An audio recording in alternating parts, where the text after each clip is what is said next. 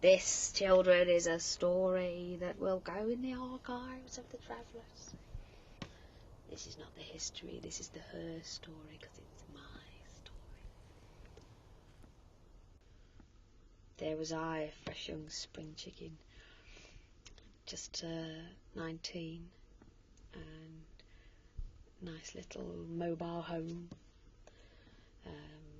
nice little trade. I could entertain children, do magic shows, busk a bit like that, entertaining children.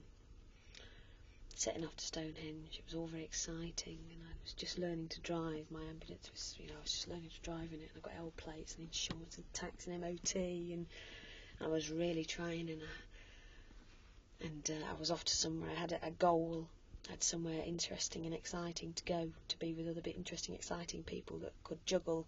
And I was just learning to juggle and that could play music, and I was learning to play music. Well, I could play music a little bit. June the 1st story, this. Lots of very friendly people, very high, happy atmosphere. There was, it was like the finest, hottest summer's day, and children running around happily playing, and a meeting of old friends that hadn't seen each other for quite a long time. That was the atmosphere at Savernake Forest. There was big bonfires and much happy talk around them, and plotting and planning, and where have you been, what have you done, and it was all very exciting and nice to be part of. It was very good atmosphere. And then the next morning off we went, and there was a helicopter overhead. I remember that, and I was thinking, cool, look at that. Well, I suppose there is a lot of us in a long queue, so it's all part of the atmosphere, all procession. Oh, it was very lovely, driving down the road, and happy smiley people, and cars coming the other way, and people waving, and stopping in the local villages. And I remember one lady come out of her house and stood on the side of the road and was, ooh, and then we stopped at the garage, all of us in a big long line, like 140 vehicles going down the road, and we were stopped just about where she was, and we hopped out, and I was talking to her while we were waiting for someone to fill up with diesel, because there's so many stops when you're travelling on a convoy. You the average speed's about 2 miles an hour. It's like a gigantic procession, and people had flags tied to the front of their vehicles and bells, and some people had Bob Marley playing out of the windows, and it was a really nice atmosphere. And I was talking to this woman, and she was loving it. She was saying, it's so nice to see you going for it again. This is lovely. All these young people out enjoying themselves, and isn't it lovely? And off to Stonehenge. Yes, I've lived here for years, and I pass it and it's really nice. And I'm really glad to see you out and going to Stonehenge. It's lovely, and I like it so much. And she gave a bag of food to a couple of 3 of us stood there talking to her, and she gave a bag of potatoes or something to one person, and something else to somebody else, and £5 to us for diesel to put in our vehicle, and it was we did go immediately and went, wow, thanks very much. We tried not to risk. Oh no, keep your money. She said, oh no, I'm really, I love it. It must cost a lot of money to run these vehicles down the road. This is my helping hand, and it was brilliant. And then of course we went a bit further up the road and met a police roadblock of gravel. Tons and tons of gravel blocked on the road down here. This was the police's attempts to stop us from going to Stonehenge, and we'd gone round that. We'd turned up this side road here. The people at the front had received a message that there was a motorbike had driven up along the line and said, oh, there's a gravel roadblock up the road there. And, the road's blocked. Oh, can't go down that way then. Oh well, turn right, turn left, whatever it was. So everybody did, and the whole snake of traffic followed, and there we were on this block lane, and 2 police transits in a leafy lane, and they had an altercation. Said, right, in and arrest everybody. Came the order.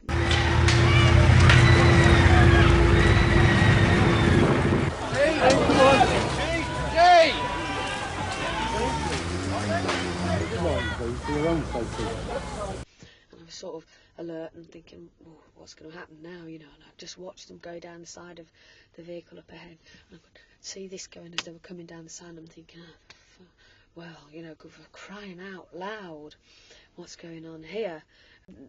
Some ran past and some stayed at the front. And I scanned and turned around and looked at this policeman here, and I said, all right then, tell me what you want me to do. And as my attention was this way, this window just, I remember it exploded as some nice policeman put his truncheon through it. And then that sort of went, what? And then I looked up, and there was a policeman stood on the front bumper, and leaning across and swiping at the window like this with his truncheon.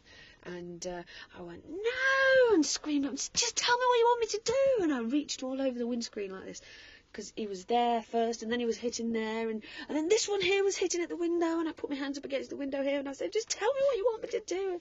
And there's a crash and a bang and a wallop from behind me, and there's shouting, and they're banging on the sides of the ambulance, and they're shouting. One of the police reached in through that broken side window, the passenger window, and grabbed a handful of hair. I couldn't see clearly into the vehicle from where I was standing. I was some little distance off, but it was very clear to me that he had hold of the top of her hair and was pulling very vigorously. She, of course, was screaming blue murder, not wanting to be pulled, because what she was being pulled through was a window that had been broken 10 seconds earlier, which was framed as broken glass. And I'm being pulled across all this broken glass that he's just pulled by my hair, and he's got hold of me tightly, twisted his hands. I've got photographs, I'll show you photographs if you like. I'll go like this up to the camera. Of him pinning me up against the window by my hair, and then at some point another officer got in the back. There was a little cut through into the back of the ambulance, and a policeman came through in here like this and got hold of this side of my hair and tried to pull me this way, and this one sort of must have gone, no, you're not going to pull yourself back here, and pull me this way. And this one thought I was struggling, so something clouted me on my leg here. I'm not sure if he kneeled on me or if he hit me. It was sort of felt like a pain like that, and he pulled me this way, and this one, and then he realised. He pulled me back, and this one went, hang on, I've got, and they let go, and then he pulled me up and stood up. And as we stood up, I was just, I don't know where I was on a different planet. I was just totally freaked out. And as he pulled me backwards through the cutway here, like he pulled me backwards and up like this, some of his nice friendly colleagues were still putting the windows in here. And one of them hit the window at that point so hard that even though it was laminated plastics, ambulance glass window, and it was a sheet of laminate plastic had been bent in, but the glass was still sticking to it. He hit it so hard from the outside that a great big shards of glass just flew at us. And this poor copper stood about here, and me, and this window coming out. It freaked us both out, and he let go of me. And we sort of both sort of did that, or whatever way round it was. I can't even, can't really. So it must have been like that, and then I turned round and sort of I was in tears and everything, and he just caught one look at me then and saw that I was a bit freaked out, and it must have touched something in him, because he said at that point, he said, "Oh, are you all right?" I mean, I've just gone through this horrific ordeal about this horrible, and this, "Are you all right?" And I looked down at myself, and I got a tiny little cut on my palm where they pulled me across, and a piece of glass was stuck in, so I picked the piece of glass out, and I was kneeling on all this glass, and I just brushed the glass off, and it hadn't actually cut me. Like, it was completely amazing. And of course it hurt where what turned into later a bruise this shape, like that exactly. So we can draw our own conclusions from that. And then took me out the back, and was very nice to me afterwards, gave me cigarettes, but had arrested me, and he didn't tell me that until I was in the police station, of course, and then I was kept locked up in a cell for a few hours, and as a vegetarian, fed ham sandwiches and other various degrading things, like strip searched, and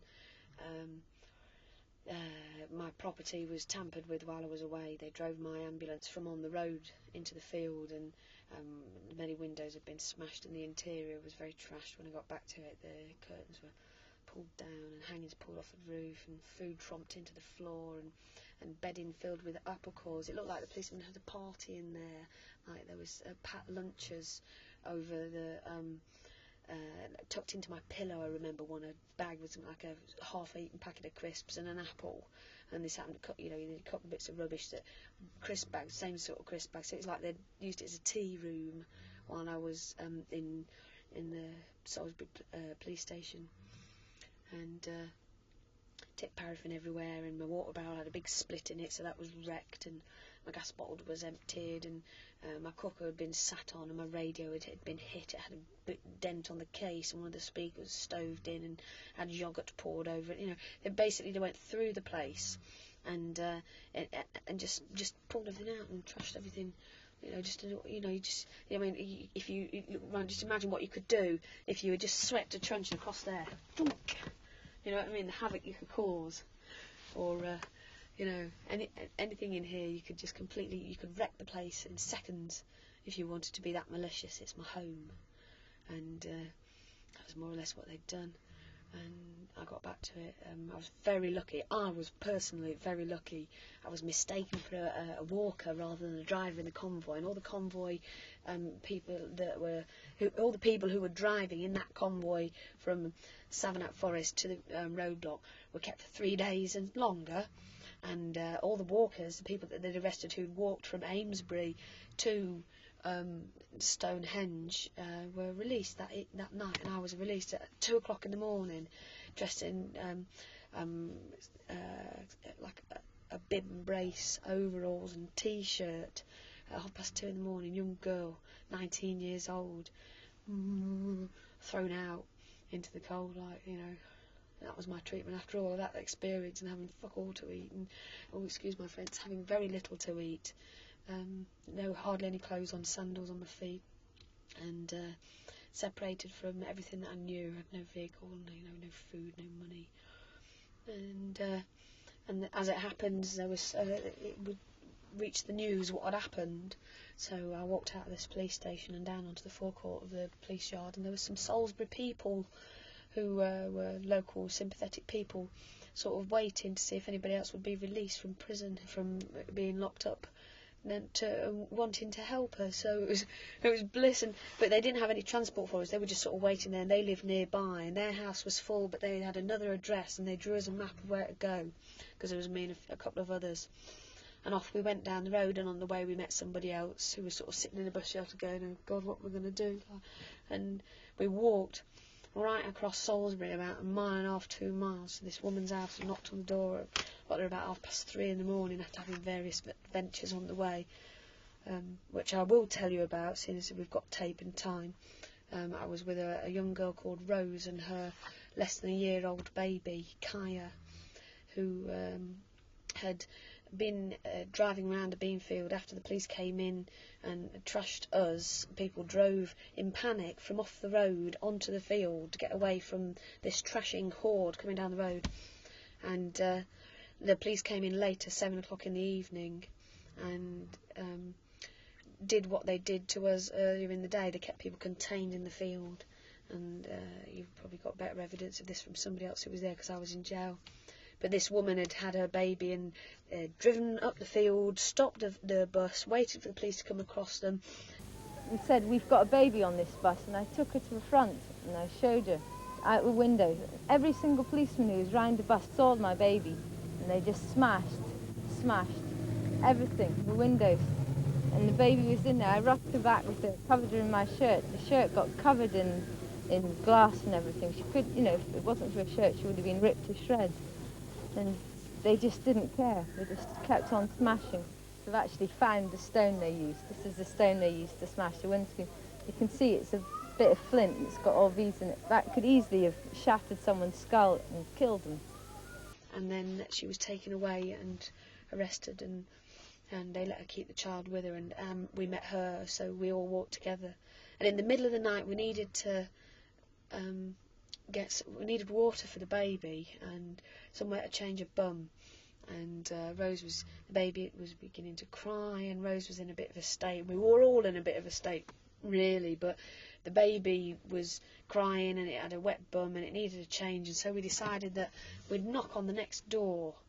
If there was a light on in a window or any signs of life, we'd knock, because we knew we had a long way to go walking yet, right across the town.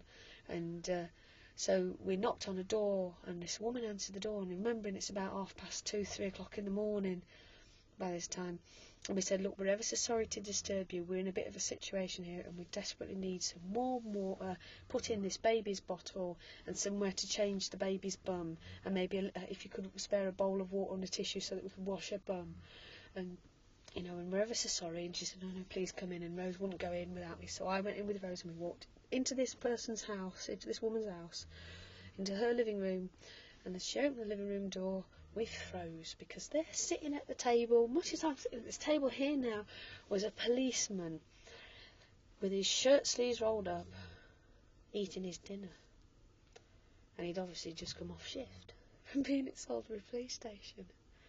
And he just sat there, looking at us, dressed as we were. If he'd been involved in the actions that day, he would have known where we came from. And we were just as shocked as he was. And the wife quickly explained, and we went in and concentrated on changing the baby's bum and that's for that. And I remember we did make a little polite conversation between us, between myself and Rose, you know, about what we were going to do. Don't worry, Rose, it'll be all right. You know, we'll get our vehicles back later. You know, what we're going to do for clothes and things, you know, it'll be all right. You know, we'll sort it all out. Like, and just talking like that. So we left that the policeman in no doubt, and his wife in no doubt about where we'd come from and what had just gone on. And that was, and then we thanked them very much, and went on our way with a nice, cheap, clean, changed, satisfied baby. Joined up with everybody outside and walked off to where we had to go to, and that was, and arrived there, received a nice welcome, and that was that. But but it was so human. It was sickening. It was, you know, it was just, well, it must have really hit that policeman, you know. Oh God! But it still hits me. Still, it makes me look, you know, crying, screwing up inside because it's human.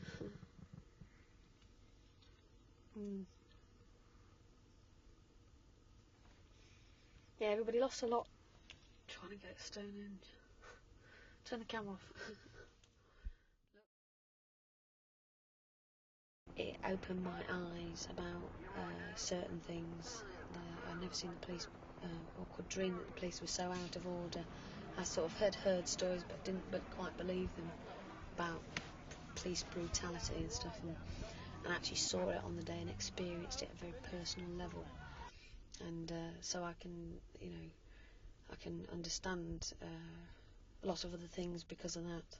It sort of clouded my vision of the British police force, and I thought that it was a very sad thing. The Battle of the Beanfield was traumatic for a lot of people, and it was a very clear attack on a particular lifestyle, and it made me quite determined to continue living it. Thank you.